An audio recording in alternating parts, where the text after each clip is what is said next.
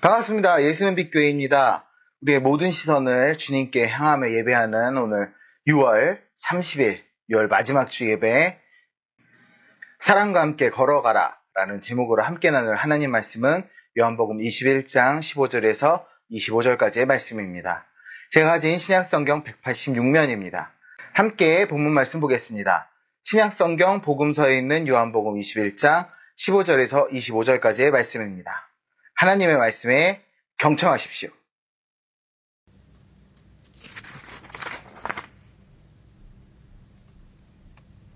그들이 조반 목은 후에 예수께서 시몬 베드로에게 이르시되 요한의 아들 시몬아 내가 이 사람들보다 나를 더 사랑하느냐 하시니 이르되 주님 그러하나이다.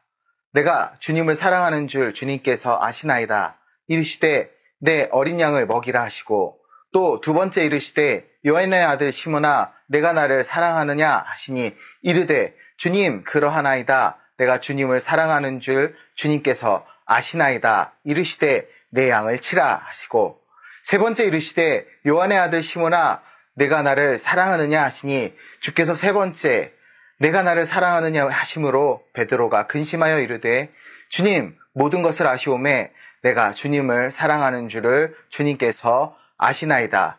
예수께서 이르시되 내 양을 먹이라. 내가 진실로 진실로 내게 이르노니 내가 젊어서는 스스로 띠띠고 원하는 곳으로 다녔거니와 늙어서는 내 팔을 벌리리니 남이 내게 띠띠우고 원하지 아니하는 곳으로 데려가리라. 이 말씀을 하심은 베드로가 어떠한 죽음으로 하나님께 영광을 돌릴 것을 가리키심이러라. 이 말씀을 하시고 베드로에게 이르시되 나를 따르라 하시니 베드로가 돌이켜 예수께서 사랑하시는 그 제자가 따르는 것을 보니 그는 만찬석에서 예수의 품에 의지하여 주님을 파는 자가 누구오니까 묻던 자더라. 이에 베드로가 그를 보고 예수께 여짜오되 주님 이 사람을 어떻게 되겠사옵나이까? 예수께서 이르시되 내가 올 때까지 그를 머물게 하고자 할지라도 네게 무슨 상관이냐? 너는 나를 따르라 하시더라. 이 말씀이 형제들에게 나가서 그 제자는 죽지 아니하겠다 하였으나 예수의 말씀은 그가 죽지 않겠다 하신 것이 아니라 내가 올 때까지 그를 머물게 하고자 할지라도 네게 무슨 상관이냐 하신 것이러라. 이 일들을 증언하고 이 일들을 기록한 제자가 이 사람이라 우리는 그의 증언이 참된 줄을 아노라. 예수께서 행하신 일이 이 외에도 많으니 만일 낱낱이 기록된다면 이 세상이라도 이 기록된 책을 두기에 부족할 줄 아노라. 아멘.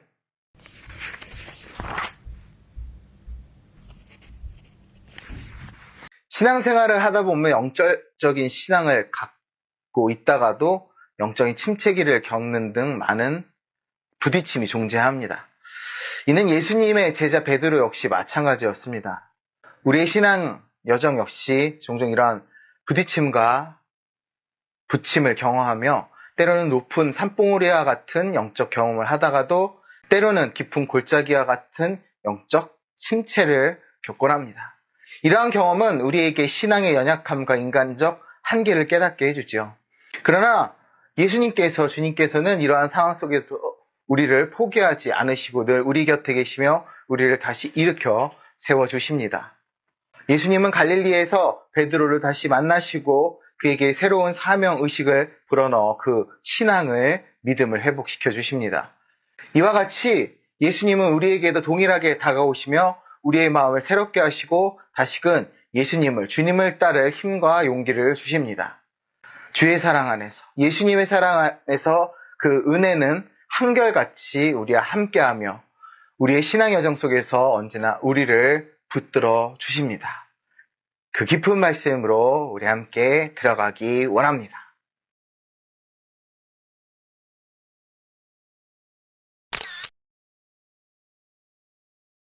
갈릴리 바닷가 식사는 예수님이 잡히시던 날에 함께 나눴던 유월절 식사를 떠올리게 합니다.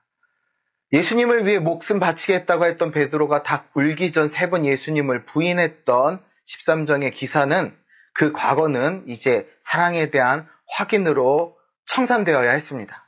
예수님은 베드로를 예수님 만나기 전 이름인 요한의 아들 시몬이라 부르시며 내가 이 사람들보다 나를 더 사랑하느냐고 물으십니다.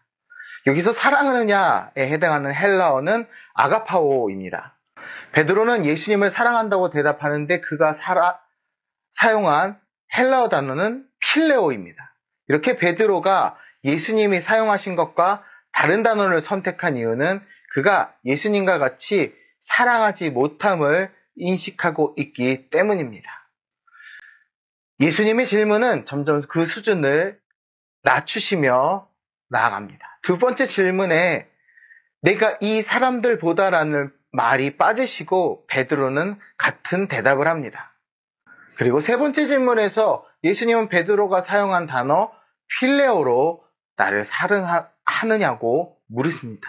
이때 베드로는 근심하며 필레오로 대답합니다. 베드로가 예수님이 기대하시는 수준으로 사랑한 것이 아니라 예수님이 그를 위해 요구 수준을 낮추신 것입니다. 예수님께서는 베드로의 마음을 헤아리시고 그의 한계를 이해하셨습니다.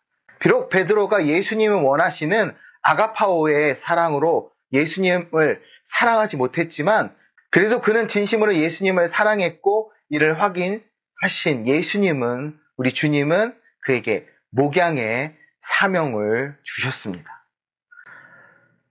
주님의 일을 감당하는 것은 예수님을 사랑하는 마음을 가져야만 가능한 일입니다. 우리가 예수님을 사랑할 때 그 사랑이 우리의 사역과 헌신의 동기가 됩니다. 예수님께서 베드로에게 보여주신 이해와 사랑은 오늘날 우리에게도 동일하게 적용되죠. 우리가 주님을 향한 사랑에 있어 부족함이 있을지라도 주님은 우리의 마음을 아시고 우리의 신앙을 성장시키시며 우리에게 사명을 주십니다. 이러한 예수님의 사랑과 은혜를 기억하며 우리는 예수님의 부르심에 응답하고 예수님의 사명을 감당해 나가야 할 것입니다.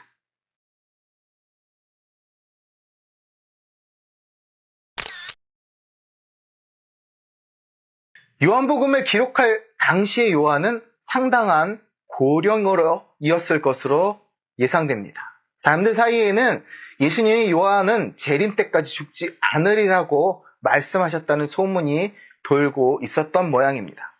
요한은 이러한 오해가 어디서 왔는지 설명하면서 복음서를 마감합니다. 베드로는 요한을 보며 얘는 어떻습니까? 라고 주님께 물었습니다. 예수님은 요한이 당신의 재림 때까지 살아있게 하더라도 무슨 상관이냐고 말씀하시며 다른 사람에 대한 관심을 접고 자신이 어떻게 예수님을 따를 것인지 주님을 따를 것이냐에 대해만 집중하라 22절에 강조하시지요. 요한은 예수님의 이 말씀을 통해 자신이 예수님의 재림 때까지 죽지 않을 것이라는 소문이 잘못된 것임을 분명히 하고자 했습니다. 그는 내가 얼마나 더 살 것인가에 관심 갖지 말고 여러분이 각자 어떻게 예수님을 따를 것인가에 집중하십시오라고 말하고 있는 것입니다. 요한은 예수님만 영광을 받으시고 모든 그리스도인이 성도가 예수님을 따르는 데에만 집중하기를 원했습니다. 가끔 다른 사람의 삶이나 신앙에 대해서 이러쿵 저러쿵 말하면서 정작 자기 신앙생활을 제대로 붙잡지 못하는 사람들이 있습니다. 다른 사람에 대한 관심을 가질 시간이나 에너지가 있다면 내가 어떻게 예수님을 잘 따를 것인가에 대해 더 집중해야 합니다. 우리 모두가 요한의 가르침을 마음에 새기고 자신의 신앙 여정에 충실해야 할 것입니다.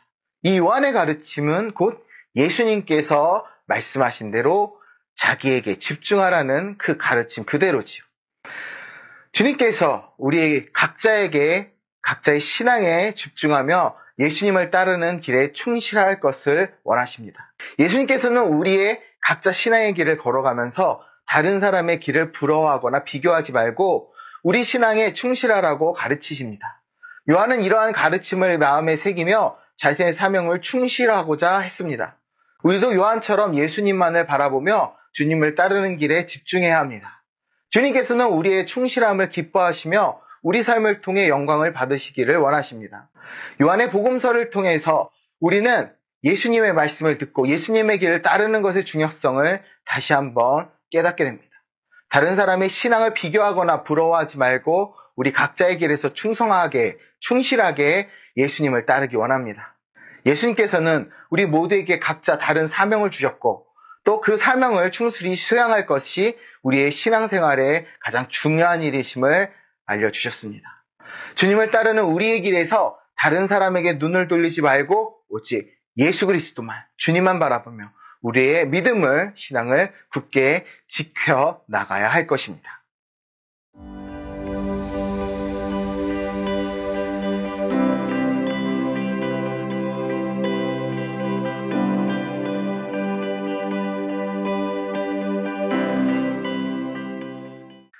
예수님은 우리의 부족함에도 불구하고 예수님을 향한 사랑을 확인하시며 사명을 주십니다.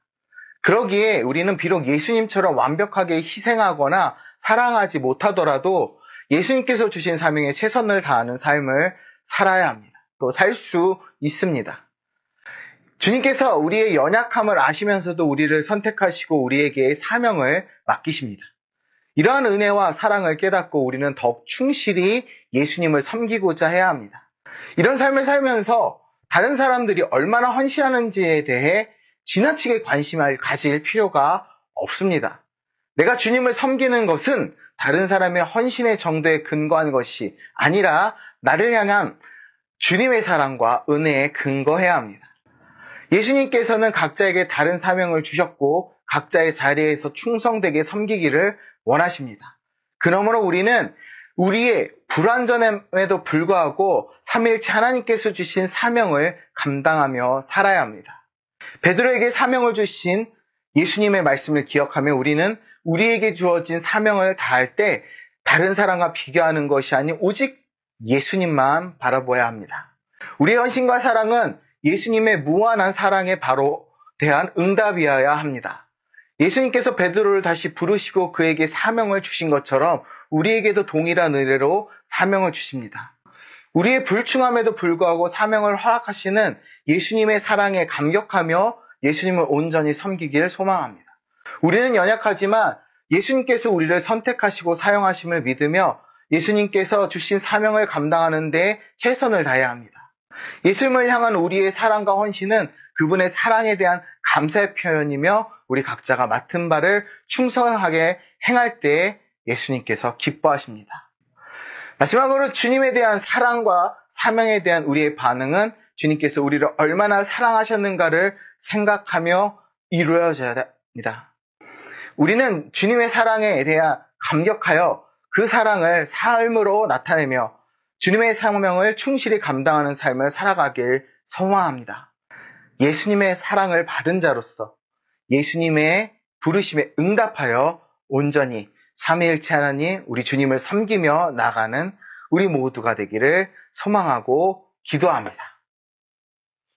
감사합니다.